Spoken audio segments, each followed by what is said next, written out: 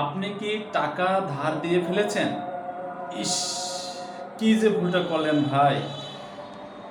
আপনি যদি অলরেডি টাকা ধার দিয়ে ফেলেন, তাহলে আমি বলবো আপনার কাছের মানুষের সাথে সম্পর্কটা বিচ্ছিন্ন করার একমাত্র কারণ আপনি।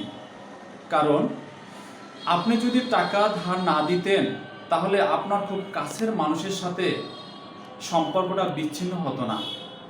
কারণ টাকাটা যাকে ধার দিয়েছেন, ইনি তো হচ্ছে আপনার খুব কাছের মানুষ। কাছের মানুষ না হলে আপনি তো টাকা ধার দিতেন না। কিন্তু কয়দিন পরে দেখবেন আপনার সাথে আর তার সাথে সম্পর্ক নাই। তাহলে আমি আপনাকে বলবো, আপনি টাকা ধার দিয়েছেন, সম্পর্ক বিচ্ছিন্ন আপনিই করেছেন।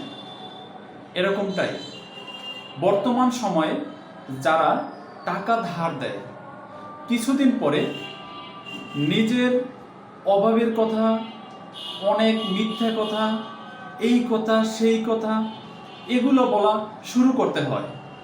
তারপরও টাকা হাতে পাওয়া যায় না।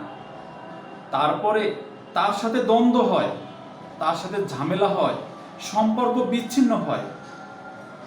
তারপরেও টাকা পাওয়া খুবই দুষ্কর। তাই টাকা ধার না দিয়ে আপনার কাছের মানুষের সাথে আপনি সম্পর্ক টিকিয়ে রাখুন।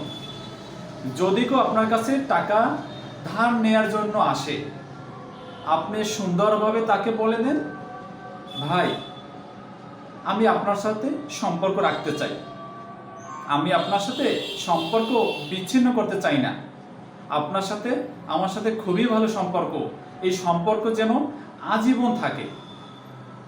এ কথা বলে সাময়িক তার মন খারাপ হলেও সারা জীবনের জন্য আপনার সাথে তার সাথে সম্পর্ক বিচ্ছিন্ন হবে না। সবাই কথাটা মিলিয়ে নিয়ে